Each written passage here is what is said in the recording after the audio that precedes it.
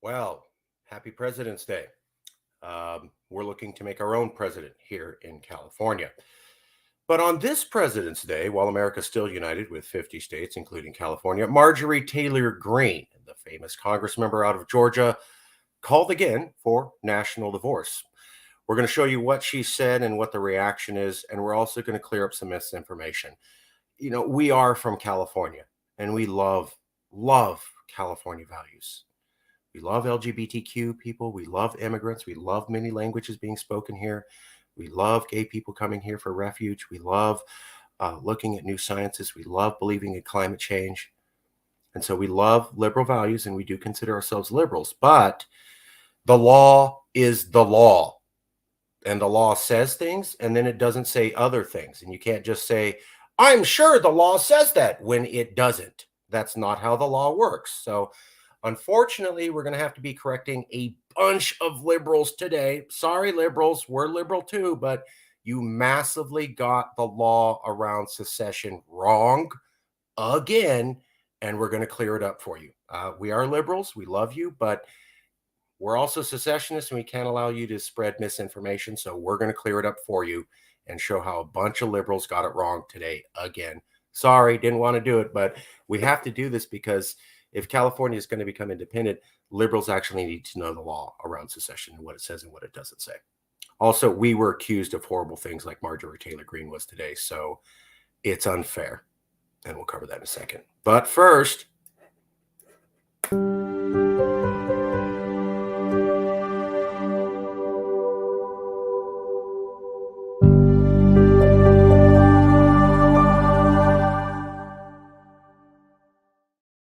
all right, well, let's get right to it. We're going to do a share screen. Make sure that's showing. Yeah, so this is the tweet by Marjorie Taylor Greene, came out today or recently. We need a national divorce. We need to separate red states and blue states and shrink the federal government. Everyone I talk to says this. From the sick and disgusting woke culture issues shoved down our throats to the democratic traitorous America's last policies, we are done. 4,000 retweets, 46,000 quotes, and 25,000 likes. So there's some of the original reaction. But here's some of the other reactions that we've seen in the news. You want to make sure this is showing. Okay, so here's Newsweek. You're a disgusting traitor, and you should not hold public office. That's what one woman said. You're a traitor. And Newsweek magazine, covering this in this article, made sure to point that out. And they also didn't correct it. They go, hey, some people accuse her of treason. We're just going to put that out there, and they're not going to clarify it or say if that's even correct. So that's Newsweek. The major point of their article is not about treason, but they did put this quote about treason, and they did not contextualize it or inform people about the actual laws regarding treason. They just left it out there like maybe it is treasonous. Here's another one. Just a highly influential congressional Republican calling for a second civil war on President's Day, responded CNN political commentator and former New York 17 Representative Mondaire Jones. So we're going to point out that he's wrong. And he's a CNN political commentator. He's calling Marjorie Taylor Greene is calling for a second civil war. And that's what the New York Daily News went with. Second civil war. So they're saying Marjorie Taylor Greene specifically calling for violence and a second civil war. Here's another treasonous. Marjorie Taylor Greene slammed for celebrating President's Day by calling for a national divorce. So straight up treason, civil war, and traitorous behavior. They're not alone. Here's another quote. She didn't take an oath to support and defend the Declaration of Independence. She swore to support and defend the Constitution, which offers no exit clause.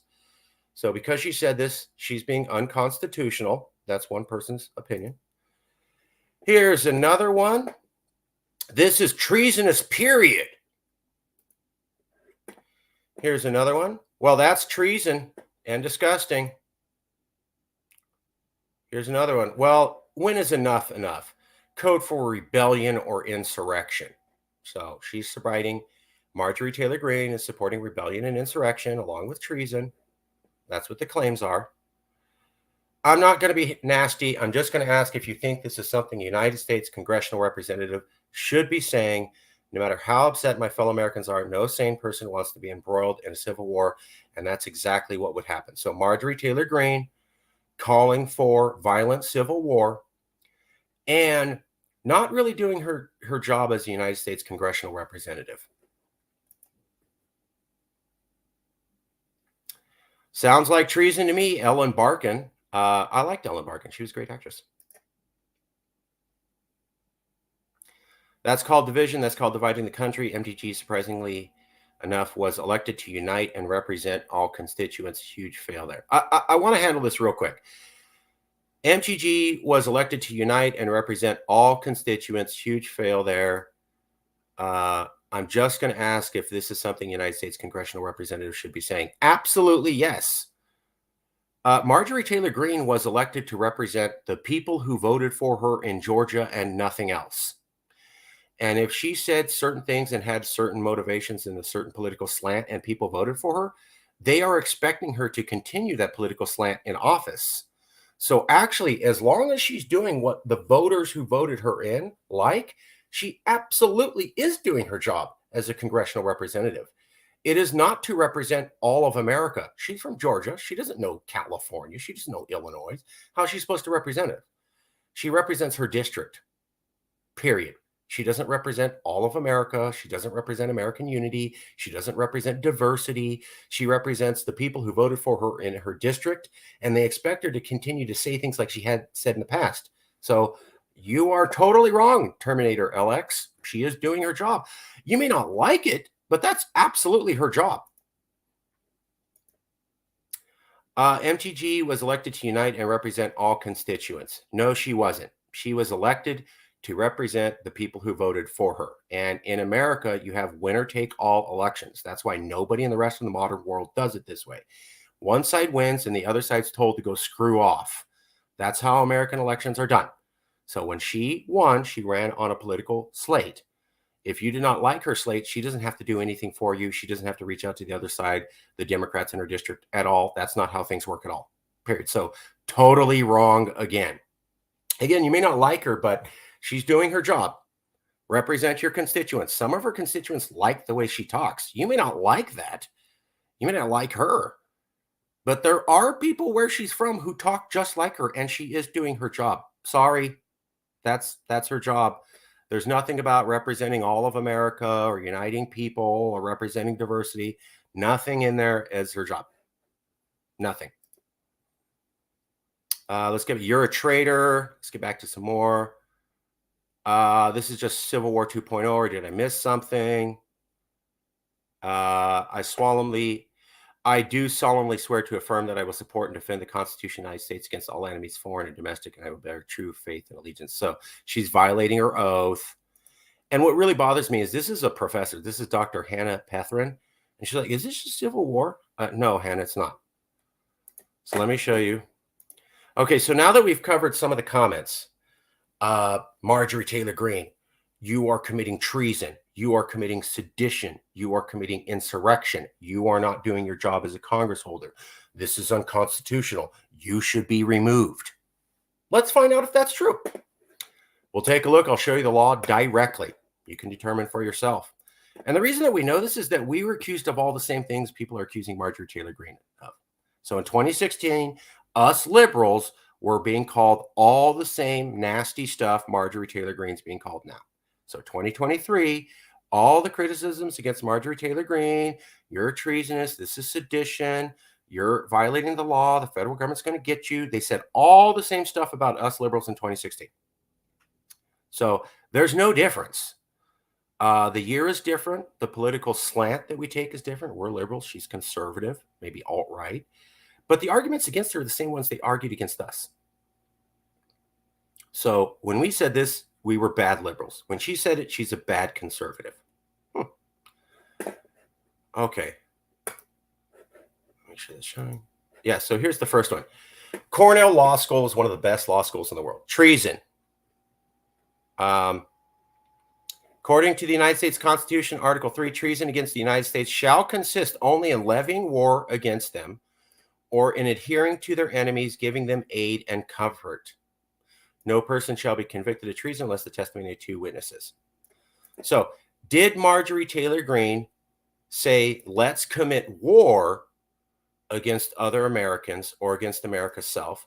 Or was there an enemy attacking America, which she said, I want to give aid and comfort? So is America at a war with anybody right now? No. You may say Russia, you may say North Korea. Those are not declared wars. You can't have a war unless Congress declares it. So not a war, which means technically, even if she gave aid and comfort to Russia, it's not illegal. Why? Because you haven't declared war. The Constitution says Congress has to declare war. That's when all these mechanisms come in. How do we know that? Because they defined treason around the same time that they built the Constitution. They built the Constitution to say, you got to get Congress's permission to go to war. A lot of American presidents never do that. And that's fine. And people call it war anyways. But legally, it's not. And legally, you can't call upon the same mechanisms. So if they don't declare it war, you can't say that someone's giving aid to an enemy. They haven't been declared an enemy because you never declared war, because Congress never declared war. Secondly, Marjorie Taylor Greene in her tweet is not saying, let's start war, let's commit war, and let's aid enemies of America. Here, I'll show you the tweet again. We need to separate red and blue states. Period. She doesn't say through violent insurrection, and I'm only committed to violence.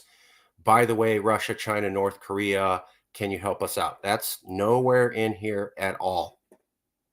So totally doesn't apply. Sorry. Look, I get you may not like her, and that's fine. But, you know, the law's the law. And like I've always said, we won't lie for our side. So let's take a look at this one. Cornell Law School again. Sedition. Let's take a look at sedition. Contemporary sedition. While the U.S. still criminalizes sedition in 18 U.S.C. 2384, the First Amendment's free speech protections limit the extent to which states and federal governments can criminalize sedition. In 1969, the U.S. Supreme Court case Brandenburg versus Ohio, the famous one, created a test requiring that speech must directly or eminently likely produce violence.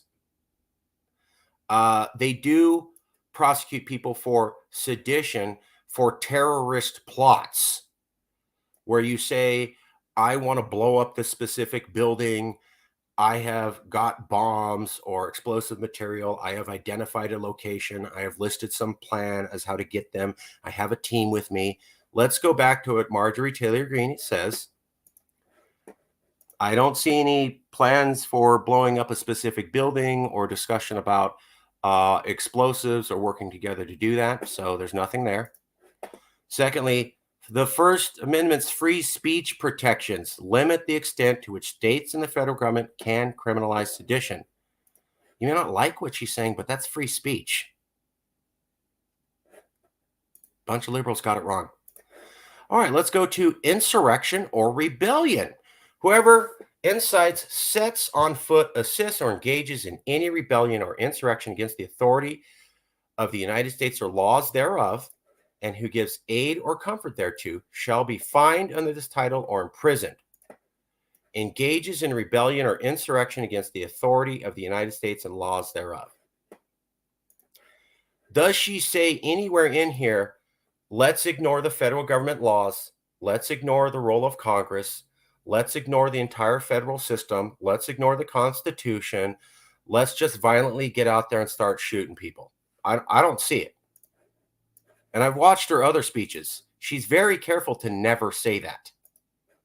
And if I'm wrong and anybody has anything, Marjorie Taylor Greene said, let's be violent, let's cause a civil war. I'm talking about shooting people. I want to hurt people. I want to defy federal authority. I don't want to follow the constitutional process.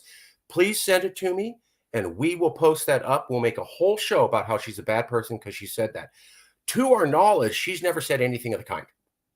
Now, maybe she means it, but she's never said it. And in America, you can't prosecute someone for thoughts. Sorry. So she has to say it. You have to have evidence she said it before you can say she thinks those things. We still don't do thought policing. And she has never said anything like that, to the best of my knowledge. If I'm wrong, Please send me the video. We will do an entire show on it. But to my knowledge, she's never said anything. So there's nothing about ignoring the Constitution, attacking people, helping Russia or China, North Korea or Iran, ignoring the Constitution, and violently attacking anybody. She just says we need to separate by red states and blue states. That's it. So where's the treason, sedition, or insurrection? Again, we don't share her values, but we do share her legal understanding on this one specific issue. We are liberals, but it seems like liberals don't actually understand the law around secession. And finally, when they're talking about, oh, well, when she says national divorce, that has to mean civil war. If so, then why do secessionists keep talking about Texas versus white? When you look at different secessionist movements like us and the Texas nationalist movement, two of the largest ones in America, we continually talk about Texas versus white. In fact, many Texas magazines talking about Texas secession reference Texas versus white. We're here in California. We're the other largest secessionist movement, and we continually won't shut up about Texas versus white. So if the two largest secessionist movements in America, California and Texas, talk about Texas versus white, or Texas versus white is routinely talked about when they're mentioned, how are they talking about violent civil war? Texas versus white specifically says you can secede through consent of the states. We bring that up all the time. I'll show you.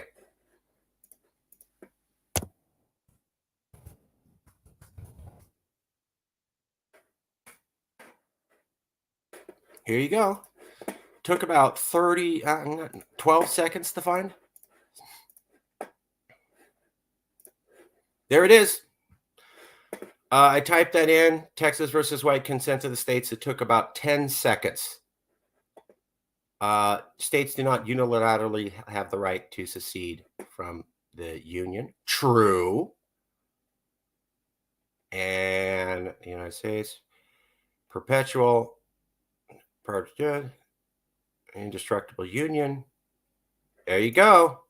There was no place for reconsideration or revocation except through revolution or through consent of the states. Through consent of the states, right there, Texas versus white.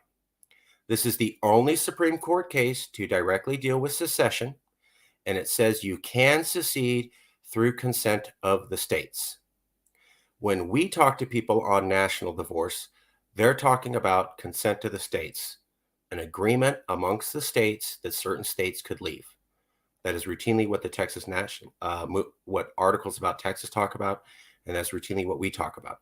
So if the two largest secession movements are talking about consent to the states, and Marjorie Taylor Greene hasn't said anything about violence, and the only Supreme Court case on secession says you absolutely can secede through consent to the states, leaving open a legal avenue for secession.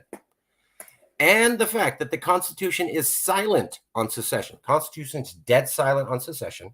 Constitution says all legal issues are decided by Supreme Court. Supreme Court only looked at secession once and decided and said you can secede through consent of the states. So there is a legal avenue to secede.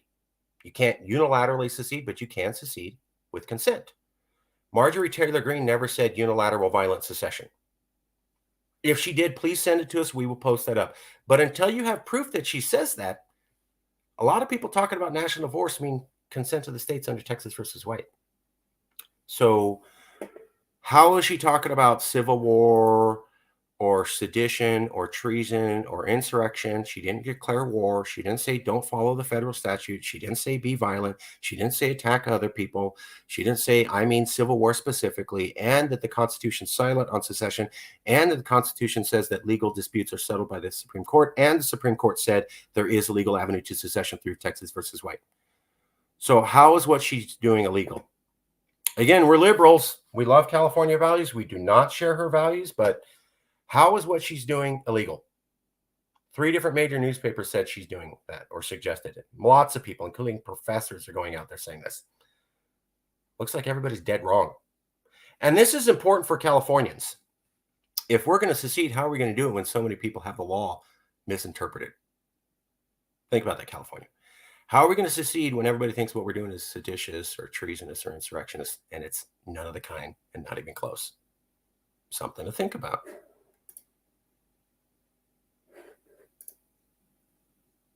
Cool. That's cool. Absolutely.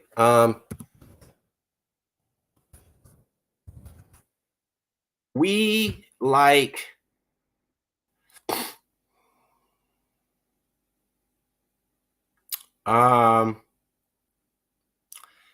yeah, I'm not really going to talk about, well, here. I see how Mr. Minnelli posted about national divorce ballot measure yesterday, and today is MTG. So, Mr. Marinelli is kicked out of CalExit and disavowed the movement and has no ties to anyone in California connected to CalExit. Everyone rejects him. His plan is his own. He is not even in the country and can't come into the country because he is being actively sought after by the FBI. So thank you, Clovis Archer. Let's point this out. Mr. Minnelli is kicked out of CalExit and has himself disavowed the movement. We've made a ton of videos about this guy. So the Warner Brothers Music 8-part documentary series showed Lewis trash the whole movement and say that he hates California and say that he hates CalExit and doesn't want to support us and doesn't like liberals. Because of that, he can't, he's actually out of the movement. So everyone rejects him in CalExit. He has no ties to anyone in California. His plan is his own. He's not even in the country because he can't come into the country because he's actively being sought after by the FBI. So Clovis Archer, please get word out to other conservatives. Louis Marinelli has no connection to CalExit. He rejected CalExit and slammed all California in the Warner Brothers Music 8-part documentary series that we've done at least 12 videos of here. No one in CalExit recognizes him, wants to have anything to do with him. Everyone has cut him off. He has no ties to California or CalExit. And he can't even come into the country because he's actively being sought after by the FBI. So, oh, and why is he being sought after by the FBI? For being a Russian spy. That's what Business Insider said. I didn't say that. That's what Business Insider said.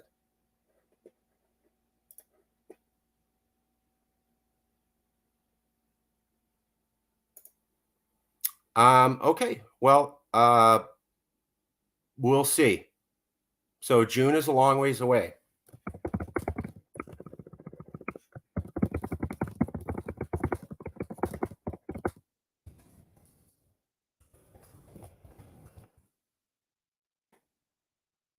I could ask you the same question. June is a long ways away. This is February, March, April, May, June. So you're saying, oh, he can't be banned from the country because he said he's coming to the country in 5 months? How does that prove your point? Do you have any evidence he's been in the country recently? I'm talking to you, Clovis Archer.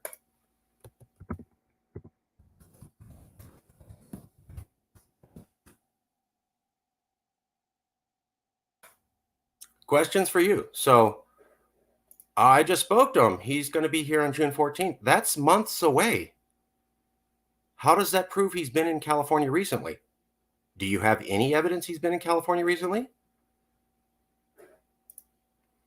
Yeah, that was before the federal indictment. You're still not winning the argument. So he was indicted as he was not indicted. He was an unindicted co-conspirator in a case that's going on now that happened after last summer and is still going on now and will be continued for a year. And according to the Business Insider, the Federal Bureau of Investigation is still looking for him. So you haven't made any points to back up your claim, Clovis Archer. Clovis Archer, that's a question for you. Or he's lying. Boy, you're doing a lot of apologizing for this guy. So I said he can't even in the country, and you go, what are you talking about? He'll be here in 5 months. That's not what I said. You have no guarantee he's going to be here. He hasn't been here before. and he's actively being sought. And then you're going, oh, well, he's just going to wait for June 14th, Bear Flag Day. This really sounds like you're being an apologist. So, Clovis Archer, are you able to admit that he is being sought after by the FBI? Are you able to admit that the FBI has a case against some people and he is listed as an unindicted co-conspirator? Are you able to answer those questions? Clovis Archer, that's questions for you. Are you aware that the FBI is actively looking for him? Are you aware that he has been mentioned by the media as an unindicted co-conspiracy for spying on the American government? Are you aware that he hasn't been in California since that came out, and that he can't, and that he's scared? Questions for you.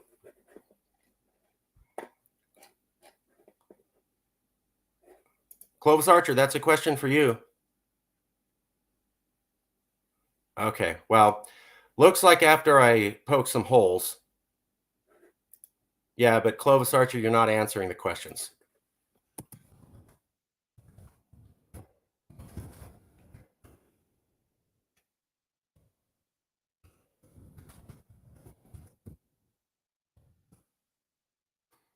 I'm sorry, dude, but here's the thing that people know me and they know I get down to the facts. So you're not answering the questions. Everyone notices.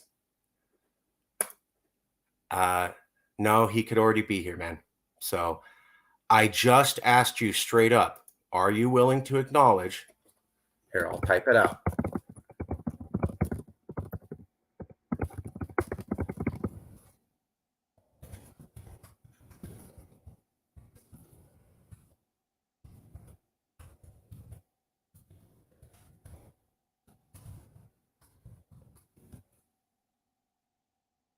Question for you. Are you willing to acknowledge that he is being sought after by the Federal Bureau of Investigation for an investigation and indictment on Russian spying? Are you willing to acknowledge that he is listed in the indictment? And are you willing to acknowledge that he has not returned to the USA since then? These are facts. So, are you willing to acknowledge these things? I'm asking you straight up. Questions for you, Clovis Archer. So, are you willing to acknowledge these things? He is being sought after by the FBI.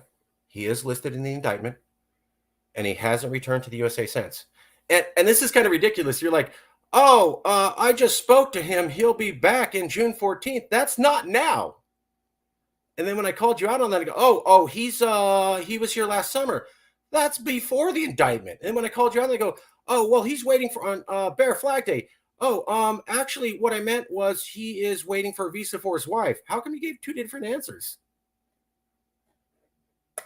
And how come when I call you out on if you're acknowledging this, you want, where are you, bro? Bro, where are you at?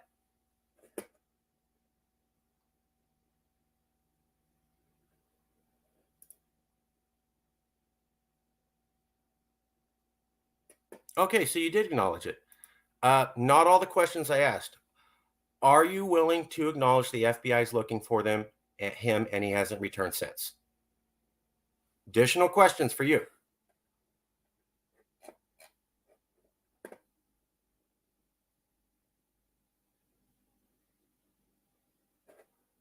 I'm literally posting it right here. Let me say it slowly. Are you willing to acknowledge the FBI is looking for him, and he hasn't returned to the USA since? I'll type it out.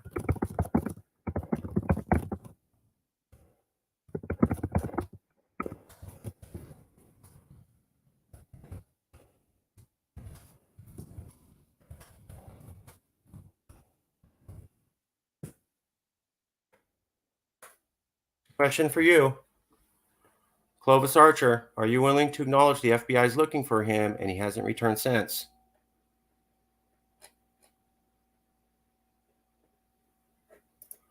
What's that based on? Where's the evidence?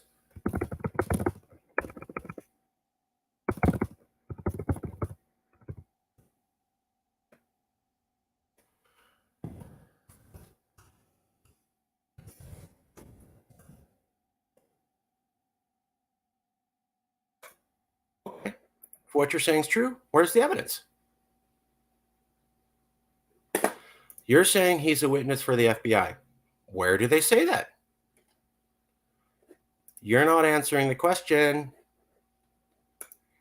Where's the evidence for what you're saying? I also noticed that you skipped this question too. Are you willing to acknowledge that the FBI is looking for them and he hasn't returned since? Clovis Archer, you still haven't answered that question. And then when I asked you where the evidence for this comes, you still didn't answer that question. So once again, Clovis Archer, these are questions for you. You're not answering the questions and everyone notices. Okay, so we'll leave it there. Clovis Archer tried to call me out. I asked some basic questions. You saw how that guy dodged. And then I said another thing and he wouldn't even answer the questions. So here's his response. When did you talk to Marinelli? I believe him. Okay, but where's your evidence for this? You won't answer the question. Where's your evidence for this? You won't answer either of those questions. You also said like he's in the country. And I'm like, no, he hasn't been. You go, oh, well, he was here last summer before the indictment. Bro, your answers are not adding up. Sorry.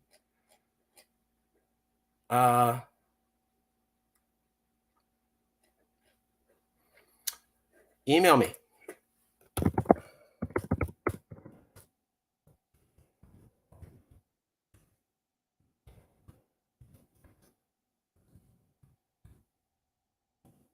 We would love to have you on the show if you are who you say you are. We will not be talking to Louis Marinelli at all. No one in the movement does, nor will we be speaking about him or his platform or anything like that. So if you actually are you, we'd love to have you on the show. And if you're not him, that's fine. You can email me at marcusruizevans.com. And I just want to point out, I said, where's the evidence? He had no evidence for that he's an FBI informant. I said, can you acknowledge the FBI is looking for him? He wouldn't answer that. I said, would you acknowledge he hasn't returned since? He wouldn't answer that. He just goes, I trust the guy's word and bring me on your show. Bro, I know when people are dodging questions. You're clearly dodging questions. I called you out. You had half worth answers and you dodged the question. I mean, you didn't even answer it's like the guy's out of the country. He's like, he's coming in the future. That's not the past. Well, he was here a year ago. That's not what we're talking about. Why can't you answer the questions? It's almost like you know what I'm talking about is true and you just don't want to address it. So we'll leave it there. We are willing to have people on the show. We are willing to talk, but when we ask questions and you won't even address them, that's kind of the point. So talk to you later. You can email me. We'll check you out. Clovis Archer, if you want to be part of the discussion, here's a quick tip. Answer the questions I ask. Okay? You're not going to fool me, and I don't let anything go by, and everyone trusts my analytical abilities. So you can try to defame my name. It's not really going to work with anybody. I have a reputation that is solid, and you can never impart on. So email me. We'll check you out, and we'll go from there. And also, in the meantime, answer questions. That's why we do specific shows about details. And we don't buy BS, and we'll see through anything you try to pull. See you guys later.